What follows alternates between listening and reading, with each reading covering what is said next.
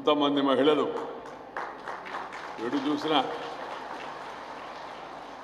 కొద్దిమంది పురుషులు మాత్రం ముందు వరుసలో ఉన్నారు. కానీ మొత్తం మందిరం అంతా మహిళా సముదాయంతో నిండి ఉంది. కావాల్సింది కూడా అదే. రాబోయే రోజుల్లో ఆ వెనకుండే మహిళలు ముందు కూర్చొని ఈ ముందుండే పురుషులు వెనక్కి వెళ్ళే పరిస్థితి రావాలని నేను కోరుకుంటూ ఉన్నాను. ఎందుకంటే ఇప్పటి వరకు పురుషాధిక్య సమాజాన్ని మనం చూసాం. రాబోయే రోజుల్లో మహిళలు కూడా పురుషులతో సరి సమానంగా సమాన అవకాశాలు అందిపుచ్చుకొని అన్ని రంగాల్లో కూడా రాణించే పరిస్థితి మనం చూడాలని చెప్పి నేను కోరుకుంటున్నాను. మన ఈ రాష్ట్రీయ సేవా సమితి కార్యక్రమాల్లో పాల్గొనడం, అంతర్జాతీయ మహిళా దినోత్సవం సందర్భంగా ఒక 3 రోజుల ముందే జరుపుకుంటున్నాం మనం. నా కార్యక్రమం వరుసగా అన్ని దగ్గర నిర్ణయం అయిపోయింది. కాబట్టి ఈ రాష్ట్రీయ సేవా సమితి స్థాపించినప్పటి నుంచి శ్రీ రాజగోపాల్ నాయుడు గారి యొక్క ప్రేరణతో పెద్దలు ప్రముఖ గాంధేయవాది ఆచార్య రంగా గారు అందించిన యొక్క స్ఫూర్తితో 1981లో ప్రముఖ గాంధేయవాది సాదా సీదా జీవనాన్ని గడుపుతూ ఉన్నతమైన లక్ష్యాలతో ఉత్తమమైన సంస్కారంతో ప్రజాసేవ కోసం తన జీవితం అంతా అంకితం చేసే యొక్క మహనీయుడు శ్రీ మునిరత్నం గారు నాకెంతో ఆప్తులు. నేను ప్రజా జీవితంలో ఎంతోగా ప్రేమించి గౌరవించే యొక్క ఒక మహనీయమైన వ్యక్తి. వారి మధ్య మన మధ్య లేకపోవడం ఈరోజు విచారకరం. ఆయన జీవితంలో రాజగోపాల్ నాయుడు గారు తర్వాత సర్వోదయ నాయకులు డాక్టర్ నిర్మలా దేశపాండే గారి వారి నేతృత్వంలో ఈ సంస్థను ముందుకు నడిపి ఎందరికో బాసటగా నిలిచింది, ఎందరికో ఆదర్శంగా నిలిచింది ఈ సంస్థ. గ్రామీణాభివృద్ధి నాకెంతో ఇష్టమైంది ఈ దేశం. ఎందుకంటే ఇప్పటికి కూడా 157% జనం గ్రామాల్లో నివసిస్తూ ఉన్నారు. రెండవది పట్టణ పేదల సమస్యల పరిష్కారం కోసం మహిళా సాధికారిత, అంటే మహిళలకు కూడా అధికారం రావాలి, స్త్రీ శిశు సంక్షేమం, దివ్యాంగుల సంక్షేమానికి రాష్ట్ర సంస్థ పెద్దపీట వేసి మనందరికీ కూడా ఒక ప్రేరణాదాయకమైన సంస్థగా ఏర్పడింది. సంక్షేమ కార్యక్రమాలు, అభివృద్ధి పథకాలే ప్రత్యేకంగా మహిళలు వ్యవసాయ సంఘాలను భాగస్వామ్యం చేస్తూ సామరస్యంగా దేశాన్ని ముందుకు జరిపేందుకు రాష్ట్ర సంస్థ రూపొందించిన కార్యక్రమాలు, చేపట్టిన కార్యక్రమాలు ఎంతోమందికి ఆదర్శనీయమని. ముఖ్యంగా మహిళా సాధికారత కోసం ఈ సంస్థ చేపట్టిన సేవా కార్యక్రమాలు, సంఘటిత కార్యక్రమాలు ఎంతో అభినందనీయమని.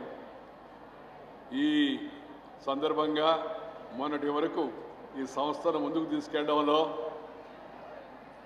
కృషి చేసిన పెద్దలు స్వర్గీయ మునిరత్నం నాయుడు గారికి వారి స్మృతికి నేను నివాళులు అర్పిస్తూ ఉన్నాను, శిరస్సు వంచి నమస్కరిస్తూ ఉన్నాను. అలాంటి మహనీయుల యొక్క స్ఫూర్తి నేటి సమాజానికి ఎంతో అవసరం. మనం ఈ తరం యువత చూసినట్టుగా అతి కొద్ది మంది నిస్వార్థ సంఘ సేవకుల్లో వారు చాలా ముఖ్యులు. మనందరికి కూడా వారు రాస్ మునిరత్నం గారి లాగానే పనిచేస్తారు. సమాజాన్నే తన కుటుంబంగా భావించి సమాజ సేవలో పరిపూర్ణ ఆనందాన్ని పొందే శ్రీ మునిరత్నం నాయుడు గారు వ్యక్తిగతంగా నాకు ఎంతో ఆత్మీయులు, నన్ను ఎంతో అభిమానించేవారు. నేను తిరుపతికి వచ్చిన ప్రతిసారి వయోభారాన్ని కూడా లెక్క చేయకుండా నేను బస చేసిన చోటకు వచ్చి నన్ను కలిసి ఆప్యాయంగా పలకరించి రాజ్ సేవా కార్యక్రమాలు నాకు ఎప్పుడు వివరించేవాళ్ళు. అలాగే ఢిల్లీ వస్తే కూడా వారు తప్పనిసరిగా మా ఇంటికి వచ్చి నన్ను కలిసి నేను ఏ పదవిలో ఉన్నా ఏ బాధ్యతలో ఉన్నా ప్రేమపూర్వకంగా కలిసి జరుగుతున్న కార్యక్రమాలను నాకు వివరించేవారు. వారి సేవా దృక్పథాన్ని గౌరవిస్తూ మా కుమారుడు హర్షవర్ధన్ ఏర్పాటు చేసిన ముప్పవరం ఫౌండేషన్ సామాజిక సేవా విభాగ అవార్డును 2020 జనవరిలో ఆయనకు ఆ సామాజిక సేవకు గుర్తింపుగా ఆ అవార్డును కూడా ఇవ్వడం కూడా జరిగిందని ఈ సందర్భంగా మీ అందరికీ నేను మనవి చేస్తున్నాను. భారతదేశ అభివృద్ధికి ఆటంకంగా నిలుస్తున్నట్టే పేదరికం దేశం ఎంతో ముందుకు వెళుతూ ఉంది. కానీ ఈనాటికి దేశంలో 118 మంది పేదరికంలో మొగ్గుతూ ఉన్నారు. అలాగే దేశం ఎంతో ప్రపంచం అంతా గుర్తిస్తూ ఉంది. కానీ దేశంలో ఇంకా 18% మంది నిరక్షరాస్యత, అక్షరాలు రాని వాళ్ళు ఉన్నారు. అలాగే సమాజంలో ఇంకా కొన్ని చోట్ల లింగ వివక్షత, మహిళలు తక్కువగా చూడడం మనం అక్కడక్కడ వింటూ ఉంటాం, చూస్తూ ఉంటాం. అదేవిధంగా స్త్రీలు పురుషుల మధ్య తేడాను కూడా కొందరు అమ్మాయి అంటే ఏదో భారమైనట్టుగా, అబ్బాయి అంటే చాలా ఉపయోగకరమైనట్టు భావన మనకి ఇప్పటికి కూడా కనబడుతూ ఉంది. స్వతంత్రం వచ్చిన సంవత్సరాలైనప్పటికీ కూడా ఈ పరిస్థితుల్లో గాంధీజీ గారి కలలుగన్న గ్రామ స్వరాజ్యాన్ని, అలాగే మహిళల యొక్క సంక్షేమాన్ని సాధించేందుకు శ్రీ గుత్తా మణిరత్నం గారు చేసిన కృషి మనందరూ కూడా చిరస్మరణీయమైంది. వారి నేతృత్వంలో రాస్ నిర్వహించిన అనేక కార్యక్రమాలు నేను పాల్గొన్నాను. ఆ రాస్ కార్యక్రమాల్లో పాల్గొంటే నాకు ఎంతో తృప్తి కలిగేది, ఎంతో ఒక రకమైన ఉత్సాహం వచ్చేది, ఉత్తేజం వచ్చేది. మా అమ్మాయి స్వర్ణ భారత ట్రస్టు స్థాపనకు ఈ ఆలోచనతో నాంది పలికింది. మా కుమార్తె దీపా వెంకట్ సారథ్యంలో గ్రామీణ భారత మహిళలు, రైతులు, యువత వాళ్ళ యొక్క సాధికారతే ధ్యేయంగా స్వర్ణ భారత ట్రస్ట్ ఏర్పడింది. గత 22 సంవత్సరాలుగా ఇప్పటికి కూడా నడుస్తూ ఉంది. అలాగే ఈ స్ఫూర్తితోనే నా కుమారుడు ముప్పవరపు హర్షవర్ధన్ ముప్పవరపు ఫౌండేషన్ అనే సంస్థను ఏర్పాటు చేసి ఈ యొక్క యువతలో అధునాతన శాస్త్రీయ సాంకేతిక పరిజ్ఞానాన్ని అందించే కార్యక్రమాన్ని చేపడుతున్నాడు. వారసత్వం అంటే ఆస్తులు పంచుకోవడం కాదు. వారసుడు అంటే ఆయన ఆస్తులు పంచుకోవడమో, ఆయన పదవి ఆయన తర్వాత ఈయనకి రావడమో అదే వారసత్వం మనం అనుకుంటున్నాం. కానీ నేను అనుకుంటున్నాను ఏమంటే, వారసత్వం అంటే మన పెద్దల యొక్క జవసత్వాలను ఆదర్శంగా తీసుకొని సమాజం కోసం పనిచేయడమే నిజమైన వారసత్వం అని చెప్పని నేను భావిస్తున్నాను. శ్రీ మణిరత్నం నాయుడు గారు పరమపదించిన తర్వాత వారి సేవా మార్గాన్ని అందిపుచ్చుకొని వారి అల్లుడు శ్రీ వెంకటరత్నం గారి సంస్థ బాధ్యత తీసుకోవడం చాలా అభినందనీయం. ప్రత్యేకించి మహిళా సాధికారత కోసం ఈ రాస్ సంస్థ వారి ఆధ్వర్యంలో చేపడుతున్న కృషి ముదావహం. అసలు మహిళా సాధికారత అంటే ఏమిటి? దీన్ని అనేక కోణాల్లో మనం ఆలోచించి అర్థం చేసుకోవాల్సి ఉంది. వ్యక్తిగత విశ్వాసాలు, విలువలు, వైఖరులు కూడా ఇందులో మరి ప్రధాన పాత్ర వహిస్తాయి. దీనికోసం ముందుగా సమాజంలో మార్పు రావాలా, మన అందరి ఆలోచనలో మార్పు రావాలా, మన కుటుంబాల్లో మార్పు రావాలా. ప్రజాస్వామ్యంలో అన్ని వర్గాల యొక్క సాధికారత చాలా అవసరం. ప్రజాస్వామ్యం అంటే ప్రజలందరికీ సంబంధించింది. అందరికీ సాధికారత వచ్చినప్పుడే ప్రజాస్వామ్యానికి అర్థం ఉంటుందని మీ అందరికీ కూడా మనం చేస్తున్నాను. ముఖ్యంగా దేశ జనాభాలో 50% ఉన్నట్టు మహిళలు వాళ్ళకి అధికారం లేకుండా, వాళ్ళకి ఆర్థిక సుసంపన్నత లేకుండా, వారికి స్వేచ్ఛ లేకుండా, వారికి ప్రాధాన్యత లేకపోతే అది నిజమైన ప్రజాస్వామ్యం అనిపించుకోదు. మహిళా సాధికారత లేని అభివృద్ధి అది అభివృద్ధి కాదని నా అభిప్రాయం. జనాభాలో సగం మంది మహిళలే. వారి సాధికారత సాధ్యం కావాలంటే సాంఘిక మరియు ఆర్థిక అధికారాల పంపిణీ జరగాల. వనరుల నియంత్రణ కూడా వారికి అనుకూలంగా ఉండాలి. విధానాల్లో మార్పులతో పాటు సామాజిక చైతన్యం రావాలా, కుటుంబ ప్రోత్సాహం కూడా రావాలా. Policies of the government should change. They should end any discrimination against women. Along with that, there is a need to create social awareness. And educate a woman, you are educating a family. If you educate a man, you are educating a person. This distinction must be seen by all. అందుకని మహిళా విద్య ఎంత ముఖ్యమైనదో మనం గమనించాల్సిన అవసరం ఎంతో కూడా ఉంది. ఈ మధ్య నేను యూనివర్సిటీస్కి వెళుతూ ఉన్నాను చాలా దగ్గర. ఉపరాష్ట్రపతిగా ఉన్నప్పుడు, ఉపరాష్ట్రపతిగా దిగిపోయిన తర్వాత కూడా నేను ఖాళీగా కూర్చోవడం లేదు. నేను చెప్పాను ఆ మధ్య ఎక్కడో మాట్లాడుతూ, I am retired but not tired అని చెప్పి. Retired but not tired. పదవీ విరమణ చేశానే కానీ పెదవీ విరమణ చేయలేదు. పెదవీ విరమణ చేయకుండా దేశమంతా తిరుగుతూ ఉన్నాను. యూనివర్సిటీలు, కాలేజీలు, ఐఐటీలు, IIITలు, ఎడ్యుకేషన్ ఇన్స్టిట్యూషన్స్ అన్నీ తిరుగుతూ ఉన్నాను. అక్కడ కొన్ని దగ్గర కాన్వకేషన్లో ఈ డిగ్రీలు ప్రదానం చేసేటప్పుడు గోల్డ్ మెడల్స్ ఇస్తుంటారు కొందరికి, బాగా చదువు, బాగా తెలివితేటలు ఉన్న వాళ్ళకి. నాకు సంతోషం కలిగించే విషయం ఏంటంటే అనేక యూనివర్సిటీలు, మెజారిటీ ఇన్స్టిట్యూషన్లో ఈ గోల్డ్ మెడల్స్ అందుకునే వాళ్ళలో 100కి 65-70% మంది అమ్మాయిలు ముందున్నారు, అబ్బాయిలు తర్వాత ఉన్నారు. అంటే దాని అర్థం ఏంది? అవకాశం ఇస్తే అమ్మాయిలు కూడా రాణించగలరు, అవకాశం ఇస్తే అమ్మాయిలు కూడా ప్రగతి పదంలో ముందుకు వెళ్ళగలరు, పురుషులు కూడా దాటి ముందుకు వెళ్ళగలరు. ఎందుకంటే అమ్మాయికి చదువుకుంటే చదువు మీదే శ్రద్ధ, అబ్బాయికి అన్నిటి మీద శ్రద్ధ, ఇతర విషయాలపైన కూడా. వాళ్ళు తదేకంగా దృష్టి చదువు పైన పెడతారు. అందుకని చూడండి, అమ్మాయిలు చాలా దగ్గర చదువులో రాణిస్తూ ఉంటారు మనకి. అందువల్ల అమ్మాయిల చదువును అనివార్యం చేయాలా. అమ్మాయి అంటే తప్పనిసరిగా బడికి వెళ్ళాలి. గుడికే కాదు, గుడికి బడికి. అమ్మ ఒడి నుంచి బయటకు వచ్చిన తర్వాత గుడికి వెళ్ళాలి, బడికి వెళ్ళాలి. అదేవిధంగా మన ఇంట్లో అందరం కూడా, మా తల్లులు చాలామంది ఉన్నారు, దయచేసి అందరి ఇళ్లలో తెలుగులో మాట్లాడండి, అమ్మ భాషలో మాట్లాడండి. పిల్లలకు నాన్న నువ్వు మమ్మీ అను, డాడీ అను అట్లా అలవాటు చేయొద్దు. మమ్మీ, డాడీ, బీడీ, జాడీ, కేడీ ఈ కల్చర్ మనకు వద్దు. అమ్మా అంటే ఆర్తనాదం చూస్తుంది. ఇక్కడి నుంచి అమ్మా అన్నామనుకోండి ఆడిటోరియం ఆఖరి దాకా వినబడుతుంది. మమ్మీ అన్నామనుకోండి మూతిలో మూతిలోని కథలోని. రాత్రికి ఇంటికి పోయి ఒకసారి కావాలంటే ట్రైల్ వేయండి. అమ్మా అని చూడండి ఎలా ఉంటుందో, మమ్మీ అని చూడండి ఎలా ఉంటుందో. అంత తేడా ఉంది దానికి. మన భాష, మన మాతృభాష. అందుకే నేను అన్ని దగ్గర చెప్తూ ఉంటాను, మీకు కూడా చెప్తూ ఉన్నాను. కన్న తల్లిని అంటే జన్మనిచ్చిన తల్లిని, తల్లి అంటే తండ్రి కూడా ఆటోమేటిక్గా, జన్మనిచ్చిన తల్లిని, కన్న తల్లిని, జన్మభూమిని, మన పుట్టిన ఊరుని, ఏ స్థాయికి వెళ్ళినా ఊరిని మర్చిపోకూడదు. ఊరి ప్రగతి కోసం మనం తిరిగి కొంత చేయాల్సినట్టు అవసరం ఎంత ఉంది. కన్న తల్లిని, జన్మభూమిని, మాతృగర్భంలో ఇచ్చిన మాతృభాషను మర్చిపోయిన వాడు మానవుడే కాదు. తనకు పాఠం చెప్పిన గురువును మర్చిపోకూడదు.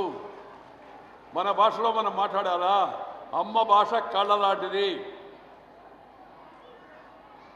ఇంగ్లీష్ భాష కళ్ళద్దాలు లాంటిది. కళ్ళుంటే కళ్ళద్దాలు కనపడతాయి, కళ్ళే లేవనుకోండి కళ్ళద్దాలు కనపడవు. అందుకని అమ్మ భాషను మనం అలవాటు చేసుకోవాలి ప్రతి ఒక్కరిని. అంటే ఇతర భాషలు నేర్చుకోకూడదు. ఎన్ని భాషలు కావాలి అన్ని భాషలు నేర్చుకోండి. ఫస్ట్ మదర్ టంగ్, తర్వాత brother tongue, afterwards any other tongue. ఎన్నైనా నేర్చుకోండి, ఇబ్బంది లేదు. ఎందుకంటే మన దేశంలో భాషలకు కొరవలేదు. మన భాషలో మనం మాట్లాడాలి. మన ఇంటిలో, మన వీధిలో, మన గుడిలో, మన బడిలో అమ్మ ఒడిలో నుంచి వచ్చిన భాష అవుతుందో ఆ భాషను మాట్లాడాలి. మన భాష మనం మర్చిపోయామనుకోండి ఈ టీవీ ఛానళ్ళన్నీ మూతపడతాయి. మన భాష మనం మర్చిపోయామనుకోండి వార్తాపత్రికలు మూతపడతాయి. మన భాష మనం మర్చిపోయామనుకోండి మన తెలుగు సినిమాలు మూతపడతాయి.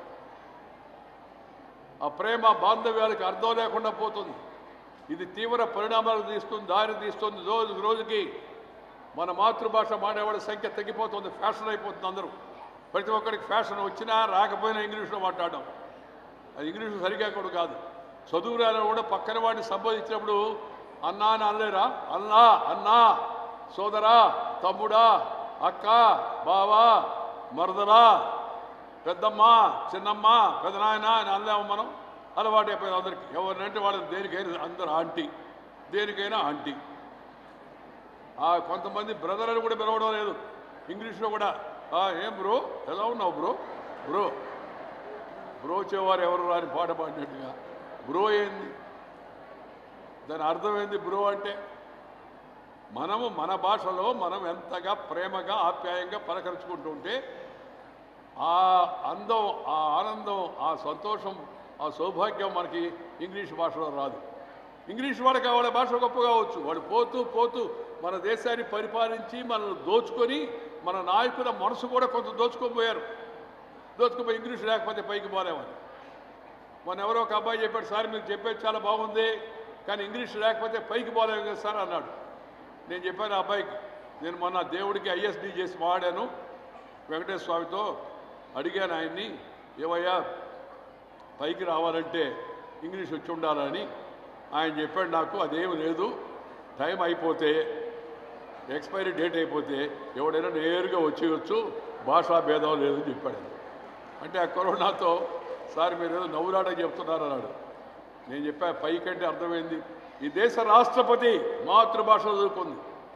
మొన్నటిగా ఉన్న రాష్ట్రపతి రామ్నాథ్ కోవింద్ మాతృభాష చదువుకున్నాడు.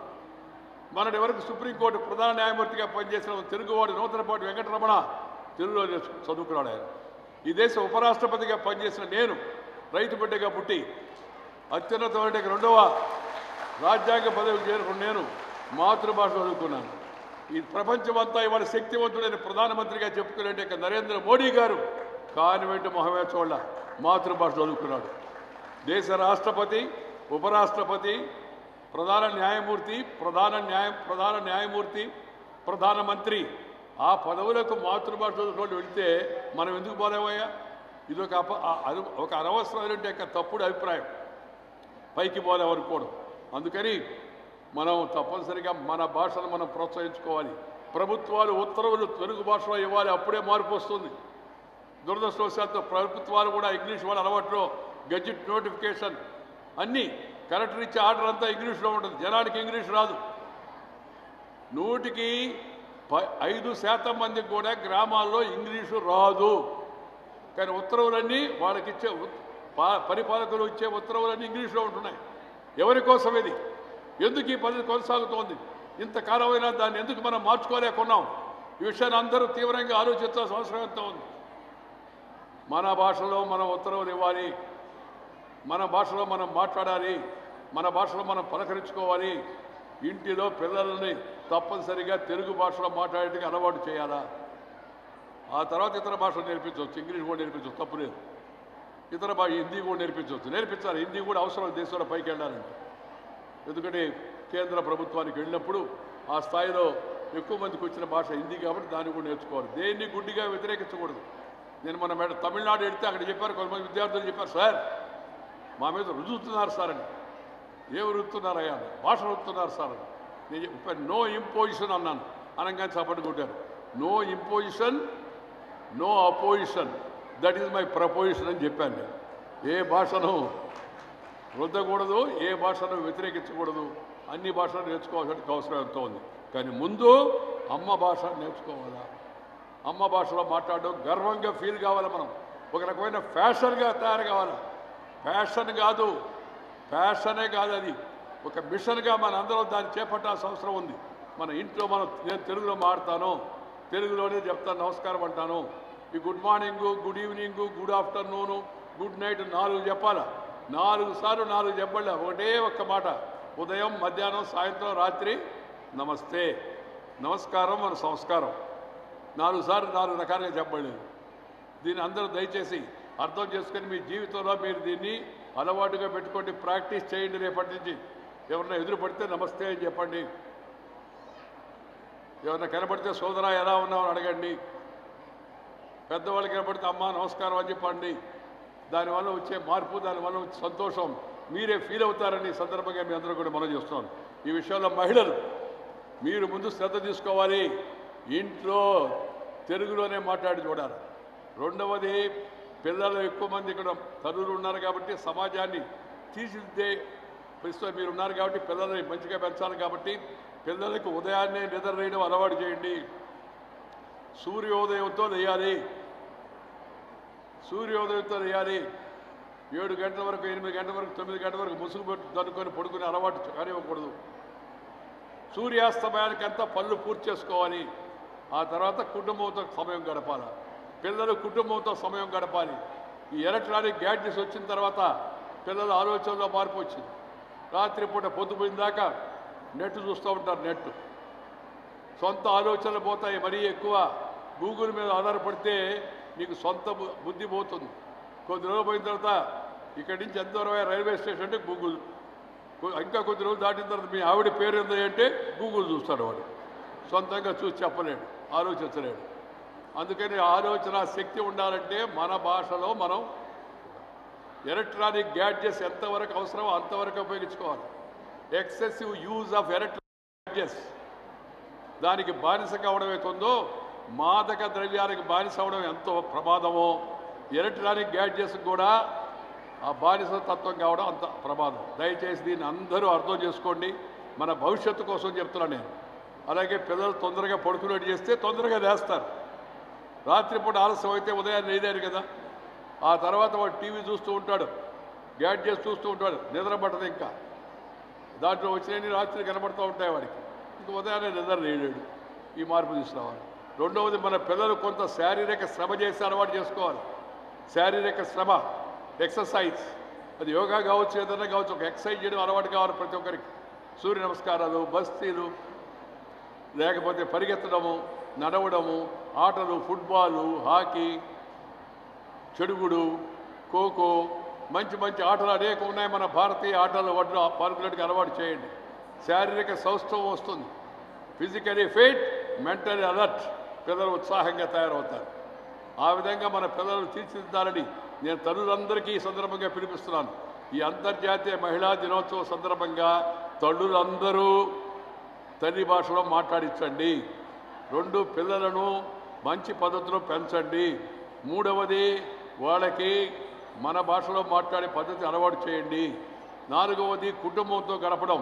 అమ్మమ్మ, తాతయ్య, జేజమ్మ వాళ్ళతో కొంత సమయం గడపాలి. వాళ్ళకున్న నాలెడ్జ్ ఎవరికీ లేదు. అందుకని ఆ నాలెడ్జ్ని మనం అందించాలంటే పెద్దలతో కొంతకాలం గడపాలి. నాకు తెలివి రావడానికి కొంత కారణం మా తాత, మా అమ్మమ్మ. చిన్నప్పుడు ఎక్కువ సమయం వాళ్ళతో గడిపాను నేను. మా అమ్మ నా చిన్నప్పుడే 13 నెలల వయసు అప్పుడు చనిపోయింది. మా అమ్మ ఎలా ఉంటుందో నేను చూడలేదు. ఆ అమ్మ ప్రేమకు నోచుకోలేదు నేను. మా అమ్మమ్మే నన్ను పెంచి పెద్ద చేసింది. అనేక విషయాలు, ప్రాపంచిక పరిజ్ఞానం నాకు అబ్బింది. ఒక రకంగా ఆ స్థాయికి పోవడానికి పునాది మా అమ్మమ్మ చెప్పిన పాఠాలే నాకు అని చెప్పని ఈ సందర్భంగా మీ అందరికీ మనం చేస్తాం. అందుకని పిల్లలను అమ్మమ్మలు, తాతయ్యల దగ్గర ఎక్కువసేపు సమయం గడిపేట్టుగా చూడండి. దానితో పాటు విద్యా వ్యవస్థలో కూడా మార్పు రావాలి. భారతీయ ఆలోచనలు, భారతీయ సంస్కృతి, భారతీయ ధర్మాలు, భారతీయ సంస్కారాలు మన పిల్లలకు నేర్పించాలా. విద్యా వ్యవస్థలో కొత్త విద్యా విధానం మార్పులు తెస్తూ ఉంది. దాన్ని మనం స్వాగతించాలా. అన్ని స్థాయిలో అందరూ కూడా అమలు చేయాల్సిన అవసరం ఎంతో ఉంది. దీన్ని కూడా అందరూ దయచేసి గుర్తుపెట్టుకోవాల్సిన అవసరం ఎంతో ఈ సందర్భంగా మీకు మనవి చేస్తున్నాను.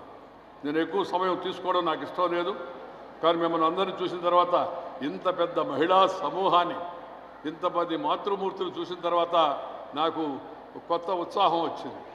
ఈ మాతృమూర్తులు అందరూ కూడా మీరందరూ మార్పు కోసం కానీ ప్రయత్నం చేస్తే, మీరు ముందు మీ ఇళ్లలో కానీ మార్పు చేస్తే తప్పనిసరిగా సమాజంలో కూడా మార్పు వస్తుంది.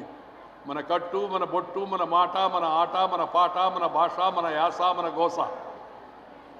మన కట్టు, మన బొట్టు, మన మాట, మన ఆట, మన పాట, మన భాష, మన యాస, మన గోస, ఇవన్నీ కూడా మనం ఆడుకోవాలి. వీటిని అలవాటు చేయాలి మన పిల్లలందరికీ కూడా. పిల్లలకు అలవాటు పోతూ ఉన్నాయి. కొంతమంది బొట్టు పెట్టుకోవడం ఫ్యాషన్ కాదనుకుంటున్నారు. కొంతమంది జుట్టు పెట్టుకోవడం కూడా ఫ్యాషన్ కాదనుకుంటున్నారు. జుట్టు కూడా లేకుండా చేసుకుంటారు. ఆ తర్వాత బయటకు వెళ్ళి మళ్ళా దానికి ఇంకోటి వేస్తున్నారు మళ్ళీ పైన. ఎందుకు అంత కర్మ వచ్చింది? దేవుడిచ్చిన వాటిని వదిలేసుకొని వాటి వెనకిట్ల పడ్డం ఎందుకు? మనకి ప్రకృతి సహజ సిద్ధమైన అందం మన సమాజం యొక్క సొంతం. కులంతో నిమిత్తం లేకుండా, మతంతో నిమిత్తం లేకుండా, ప్రాంతంతో నిమిత్తం లేకుండా మన దేశంలో తెలివితేటలు ఉన్నాయి, అందచందాలు ఉన్నాయి. వాటిని మనం గౌరవించుకోవాలి. వాటిని పడగొట్టుకొని, వాటిని చెడగొట్టుకొని లేనిపోని మన ఎక్కడికి పోతే, నేను పెళ్ళికి పోయాను. పెళ్ళికి పోతే పెళ్లి కూతురు రాలా. ఇంకా ఏమయ్యా అన్న, వస్తుంది సార్ అన్న. కొద్దిసేపు అయితే ఏమయ్యా అంటే బ్యూటీ పార్లర్కి వెళ్ళింది సార్. పెళ్లి కూతురు శుభ్రంగా ఉన్న అందాన్ని వదిలిపెట్టి ఒక 1 కిలో పెయింట్ వేసుకొని అందాన్ని పోగొట్టుకొని ఎందుకు వచ్చిన అవసరం చెప్పండి? ఎందుకు వచ్చిన అవసరం చెప్పండి?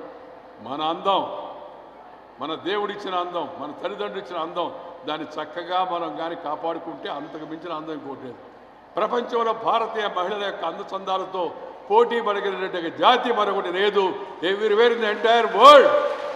నేను ప్రపంచం అంతా కూడా తిరిగాను, చాలా దేశాలు. ఎక్కడికి వెళ్ళిన అందరూ భారతీయ మహిళలు గౌరవిస్తూ ఉంటారు, పొగుడుతూ ఉంటారు. అంతటి అందచందాలు, అంతటి తెలివితేటలు, అంతటి ప్రావీణ్యాలు. ఒక సింధు కావచ్చు, లేకపోతే ఒక చావ్లా కావచ్చు, లేకపోతే ఇస్రో సైంటిస్టులు కావచ్చు. స్త్రీలలో తెలివికి ఎక్కడ కొరవలేదు. అవకాశం ఇస్తే అందిపుచ్చుకొని ముందుకు వెళుతూ ఉన్నారు. అలాంటి అవకాశాలను మనం మన పిల్లలకు కల్పించాలి. వాళ్ళకి సమాన అవకాశాలు ఇవ్వాలి. ఇంకా ప్రోత్సాహాన్ని ఇవ్వాల్సిన అవసరం ఎంతో ఉందని మీ అందరికీ మనవి చేస్తూ, పిల్లల పెంపకంలో తల్లిదండ్రులు శ్రద్ధ చూపించాలా? మన పిల్లలు మనల్ని గమనిస్తున్నారనే విషయాన్ని తల్లిదండ్రులు గమనించుకోవాలి. ముందు మన ప్రవర్తన వాళ్ళకి, వాళ్ళ ప్రవర్తన వాళ్ళ పిల్లలకి అలా వరుసగా వెళుతూ ఉంటుంది. కాబట్టి దయచేసి దీన్ని అందరూ అర్థం చేసుకోవాల్సి ఉంది. ముందు సమాజంలో శాంతి కావాలి అంటే ముందు మనసులో శాంతి కావాలి. If you have tension you cannot pay attention and then have retention. Will be doing only pretension. ఈ విషయాన్ని అందరూ గుర్తుపెట్టుకోవాల్సిన అవసరం ఎంతో ఉందని ఈ సందర్భంగా మనం చేస్తూ, ఈరోజు ఇంత చక్కటి మంచి కార్యక్రమం ఏర్పాటు చేసిన శ్రీ వెంకటరత్నం గారు, అలాగే సుందర వడివేలు గారు, వారి బృందాన్ని నేను మరొకసారి అభినందిస్తూ, ఇంత పెద్ద ఎత్తున వచ్చినట్టు మన సోదరీమణులు అలాగే మాతృమూర్తులందరికీ మరొకసారి అభినందనలు, నమస్కారాలు తెలియజేస్తూ విధులు సెలవు తీసుకున్న నమస్కారం.